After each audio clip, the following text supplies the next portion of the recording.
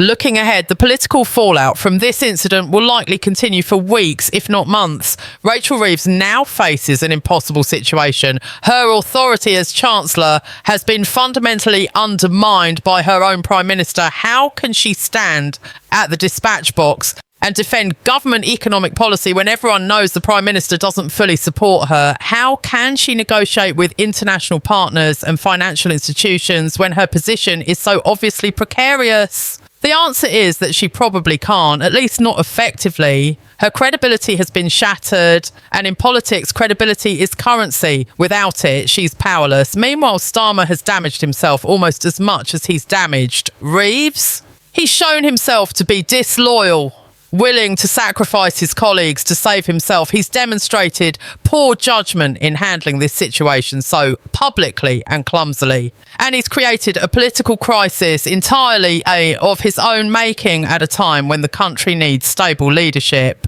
The British people watching this unfold are left wondering who they can trust and whether their government is capable of addressing the serious challenges facing the nation. What happened just 1 minute ago wasn't just a political spat between two individuals. It was a rupture in the foundations of government that will have consequences for months and years to come. The cameras have stopped rolling, but the damage is done, and British politics will never quite be the same again. Unable to even maintain basic unity within their own cabinet. They're demanding answers about who is actually in charge of economic policy if the Prime Minister doesn't support his own Chancellor's decisions. They're questioning how anyone can have confidence in the government's economic plan when the two people responsible for implementing it are clearly at odds with each other. These are devastating attacks that will resonate with voters who are already frustrated with the state of the economy. The Liberal Democrats have also weighed in, calling for both Starmer and Reeves to appear before Parliament to explain the confusion and clarify exactly what the government's economic strategy actually is. Even smaller parties are piling on, recognising an opportunity to score political points against a wounded government. The political environment has become toxic in a matter of minutes, and it's all because of Starmer's decision to publicly undermine his Chancellor. Inside the Labour Party itself, the reaction has been mixed but largely alarmed. Many MPs are privately furious that Starmer has created this mess through his own carelessness and political calculation. They understand that this kind of public division makes the entire party look weak and disorganised. Some are questioning Starmer's judgment and leadership abilities, wondering if he's really the right person to lead them into the next election. Others are defending the Prime Minister, arguing that he had no choice but to distance himself from unpopular policies that were dragging down the entire government's approval ratings. This internal division threatens to tear the party apart at a time when they should be presenting a united front to the country. The Labour Party has a long history of internal feuding and factional warfare, and many feared those days were behind them when Starmer took over. But this incident has reopened old wounds and created new divisions that could take months or even years to heal. The spectacle of watching their own leader publicly betray a senior cabinet member has left many party members feeling disgusted and disillusioned.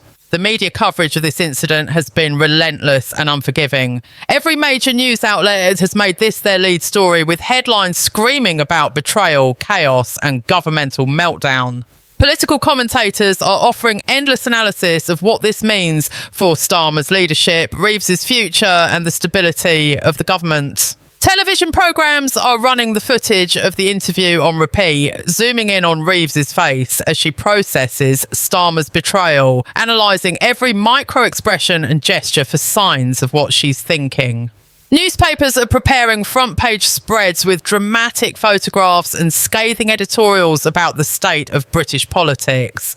Radio shows are taking calls from angry voters who feel let down by their government's inability to function properly. The story has completely dominated the news cycle, pushing aside every other issue and concern. This is the kind of political scandal that defines careers and changes the trajectory of governments. And it all happened in the span of a few short minutes during what should have been a routine television interview. According to political insiders, is that you probably can't.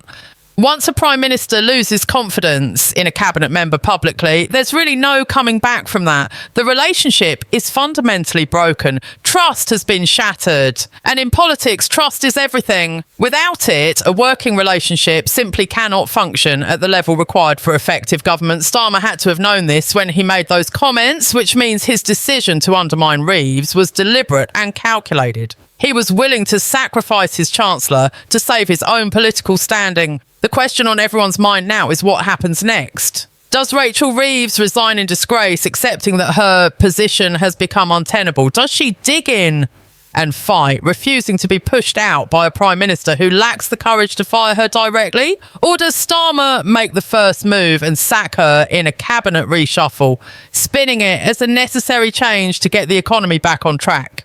Each option carries enormous political risk. If Reeves resigns, it looks like an admission of failure, validating every criticism that's been levelled against her policies. If she stays and fights, it creates an ongoing spectacle of division within the government that will dominate headlines for weeks. And if Starmer fires her, he risks looking weak and indecisive, unable to stand by the decisions he made when appointing her in the first place. There are no good options here, only varying degrees of political disaster.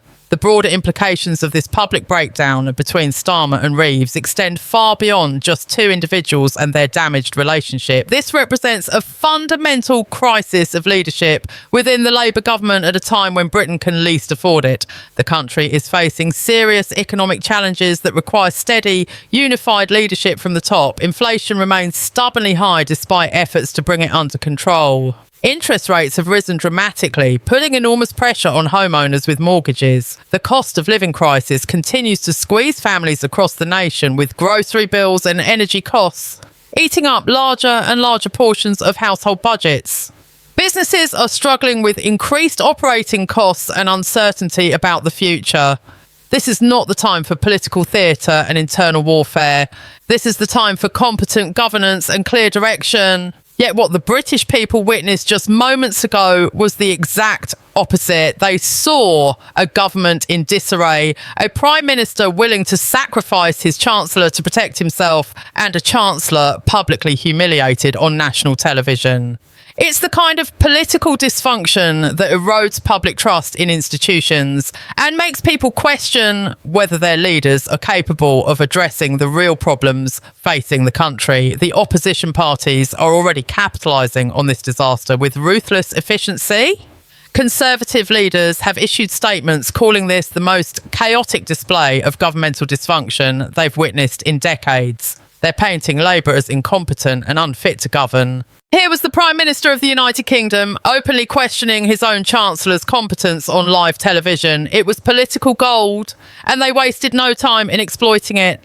Senior Conservative figures began issuing statements demanding Reeves's immediate resignation, arguing that she had clearly lost the confidence of her own Prime Minister. They called for an emergency debate in Parliament to address the economic crisis and the apparent chaos within the Labour government. But the reaction from within the Labour Party itself was even more telling. MPs who had been quietly grumbling about Reeves's policies for months suddenly found their voices. Backbenchers who had previously offered tepid support now openly questioned whether she was the right person for the job.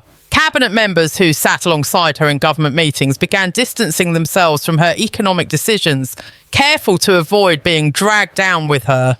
The knives were out and everyone in Westminster knew it. This was how political careers ended, not with a bang, but with a slow, painful public unravelling broadcast for millions to witness. And Rachel Reeves was experiencing that unravelling in real time, powerless to stop it, forced to sit there with cameras trained on her face as her political future crumbled before her eyes. The interview continued for several more agonising minutes, but the damage had already been done. Every subsequent question seemed designed to twist the knife deeper into Reeves's back. The interviewer asked about specific policy decisions, and each time Starmer's responses grew more distanced from his Chancellor. He spoke about the need for fresh approaches and new thinking. He talked about listening to the concerns of ordinary families who felt the current economic strategy wasn't working for them. He emphasised his commitment to making whatever changes were necessary to get Britain back on track. Every word was another nail in Reeves's political coffin. And everyone watching knew it. The Prime Minister was systematically dismantling his Chancellor's credibility, piece by piece, answer by answer. It was brutal, it was calculated, and it was absolutely devastating. When the cameras finally cut away from the interview, the real chaos began. Behind the scenes, sources report that Rachel Reeves erupted the moment she was off camera. Witnesses describe her as furious beyond measure, her voice raised to levels rarely heard from the typically composed Chancellor. She reportedly confronted members of Starmer's team immediately, demanding to know why she hadn't been warned that the Prime Minister planned to throw her under the bus. She wanted explanations for why her own leader had abandoned her so publicly and so brutally. The responses she received were apparently insufficient because the shouting continued for several minutes. Staff members who witnessed the confrontation described it as one of the most intense displays of anger they had ever seen from a senior politician. This wasn't just professional frustration, this was personal betrayal, and Reeves wasn't hiding her feelings about it. The political calculations happening behind closed doors in Downing Street must have been frantic. Starmer's team would have immediately recognised the magnitude of what had just happened. They would have understood that the Prime Minister had just created a massive political crisis within his own government. The question now became damage control. How do you walk back comments like that? How do you repair a relationship that's been so publicly fractured? The answer...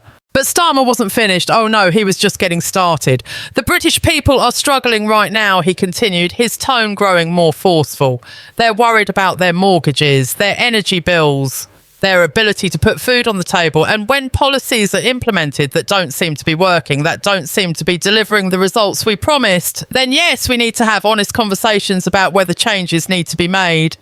The words hung in the air like a death sentence. Starmer had just admitted on live television that his government's economic policies were failing, and by extension, he was admitting that Rachel Reeves was failing. The political implications were staggering. The opposition would seize on these comments immediately. The headlines were already writing themselves. Starmer loses faith in Reeves. Prime Minister abandons struggling Chancellor, and Labour economic policy in tatters. This was a disaster of epic proportions, and it was unfolding in real time. The interviewer, sensing an opportunity, pressed further. Prime Minister, are you saying that you don't have full confidence in your Chancellor? It was a direct question, the kind that demands a direct answer. Any leader worth their salt would have immediately shut down the speculation, would have offered unequivocal support for their colleague. But Starmer didn't do that. Instead, he offered another carefully worded non-answer that only made things worse. I have confidence in all members of my cabinet to do the jobs they've been appointed to do, he said, the words sounding hollow and rehearsed. But I also have confidence in the British people to hold us accountable when things aren't working the way they should be. And if changes need to be made to ensure we're delivering for hard-working families across this country, then we won't hesitate to make those changes. It was a masterclass in political doublespeak. But everyone understood the subtext. Rachel Reeves was on borrowed time. The camera cut back to Reeves, and what happened next will be analysed by body language experts for years to come. Her face had transformed from shock to something far more dangerous, pure, unadulterated rage. Her lips pressed into a thin line, her breathing became visibly faster, her eyes narrowed into slits as she stared directly at the Prime Minister. If looks could kill, Keir Starmer would have been dead on the spot. The tension in the studio reached a boiling point. Production staff nervously glanced at each other, unsure of what to do.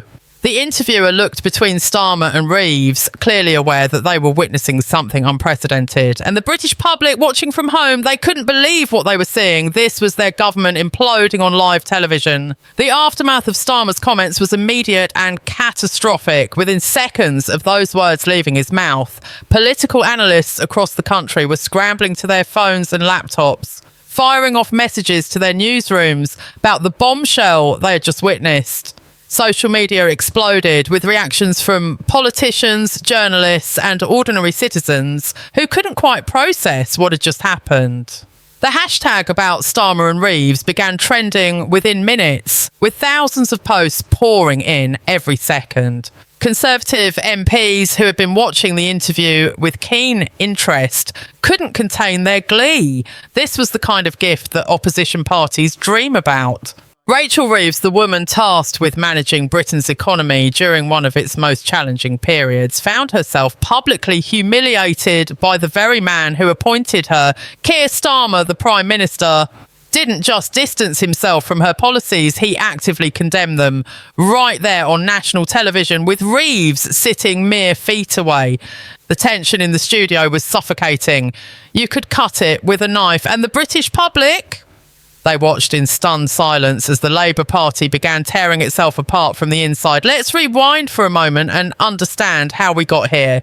Rachel Reeves has been under immense pressure for months now. Her economic policies have been controversial, to say the least. The tax increases she championed have been deeply unpopular with voters. The spending cuts have drawn criticism from her own party. And the promises of economic growth, they haven't materialised the way she predicted. The opposition has been relentless in their attacks, painting her as incompetent and out of touch.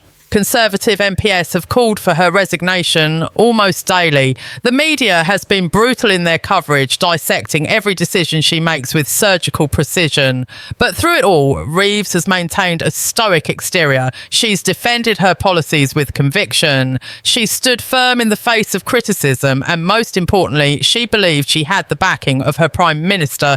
That belief was shattered just 1 minute ago.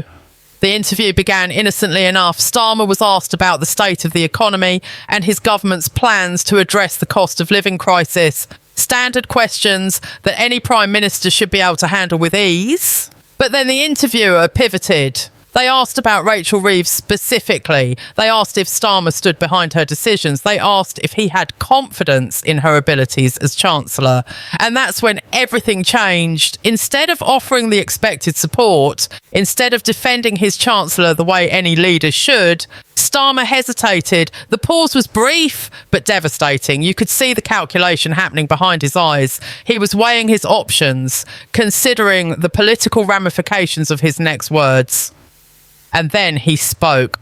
Look, I think there are legitimate questions to be asked about some of the economic decisions that have been made, Starmer said carefully, his voice measured but unmistakably critical. The studio fell silent, the interviewer's eyes widened slightly, sensing blood in the water. And Rachel Reeves? Her expression transformed in an instant. The camera cut to her face, and what viewers saw will be replayed on news broadcasts for weeks to come.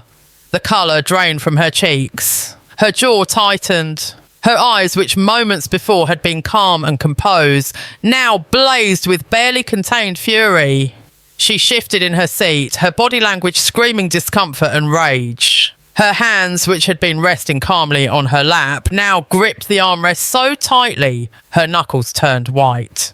Political experts watching from home immediately recognised what was happening. This wasn't just a minor disagreement. This was the Prime Minister publicly abandoning his Chancellor. This was a leader throwing his subordinate to the wolves to save his own political skin. And everyone in that studio knew it. The cameras were rolling, the nation was watching, and what happened next will go down as one of the most explosive moments in British political history. Rachel Reeves, the Chancellor of the Exchequer, sat frozen in her seat as Prime Minister Keir Starmer did the unthinkable.